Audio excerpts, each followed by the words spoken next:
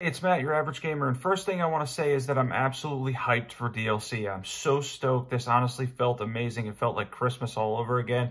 And by the way, it's just awesome that it's coming out in June. We initially thought it could have been later, and I'm so excited for it. We're going to go over in this video in detail different images that stuck out to me. We're going to break down the trailer a little bit. Let's get into this. The first thing I noticed, by the way, is the scope and size of the DLC. The scope and size was something that we absolutely were worried about for a little while, where we thought maybe even with the 2 years wait time, it may not be big enough, but just check out these images here. It looks phenomenal. There's going to be a lot of new areas in the DLC.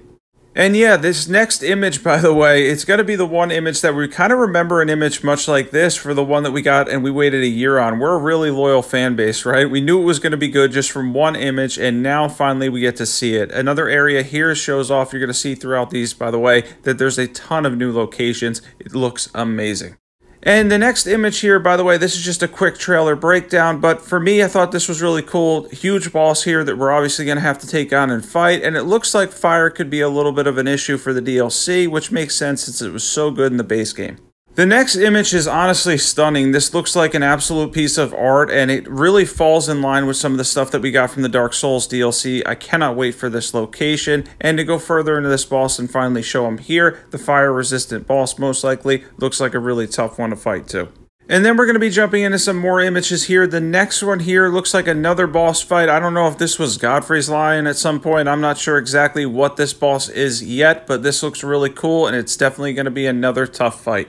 By the way, the official trailer I posted in my community tab, it is linked in the description below too. This next one here looks like the fight gets even more intense, and this may be a lightning resistant bosses or holy resistant. It's difficult, a little bit difficult to tell, but overall, I'm thinking holy is going to be good in the DLC. I think there's going to be a turnaround there. Next image, by the way, maybe Destined Death here. This is a really interesting one, especially for the lore.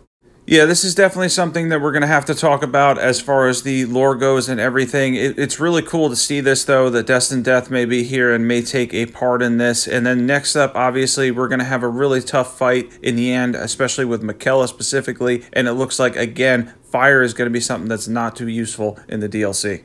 Actually, my initial impressions from the DLC would say right away that the Blasphemous Blade is probably not going to be the best weapon for it, that's for sure. Next up here, we have some kind of crazy gravity magic. This is something that definitely caught my eye. The fact that we're getting new spells from Eldenring and we're getting new weapons and everything is incredibly exciting, especially for myself who loves making builds. It's going to be absolutely awesome. The next one up here, by the way, is a repeating explosive crossbow, it looks like, and I can't wait to grab this thing. Maybe it'll actually make crossbows very good in the DLC. And looking at this again, we're going to have more tough bosses, clearly. There's going to be bosses that are as tough as some of the room bears in the game. Maybe somebody will one-up Millennium, though that'll be tough. This next image, by the way, reminds me of Sekiro, however you say it, and it looks absolutely stunning. Yeah, this definitely has Sekiro vibes to it, or Sekiro. I never say it correctly, but yeah, definitely the vibes there. This next one here is, again, another gravity-type magic type thing with a sword that's going to be probably an intelligence scaling sword that looks really cool, something that we can get our hands on too. The boss here, by the way, looks like some kind of giant hippo, and it ends up turning into something really crazy, which may be either holy or lightning resistant. It's hard to tell. Again, the damage types are somewhat similar, but overall, another cool boss fight this one looks like here. That's definitely going to be something pretty epic. And again, another boss we're going to be jumping into here. It looks like there's going to be a lot of bosses in the DLC. And the next image is going to show off yet another fire-resistant boss. By the way, I believe Miquella is going to be fire-resistant, maybe holy-resistant, or weak to holy, but it seems more likely to be holy-resistant. And a lot of the bosses in general, I think the Blasphemous Blade is definitely going to fall off. We're going to do some end commentary now.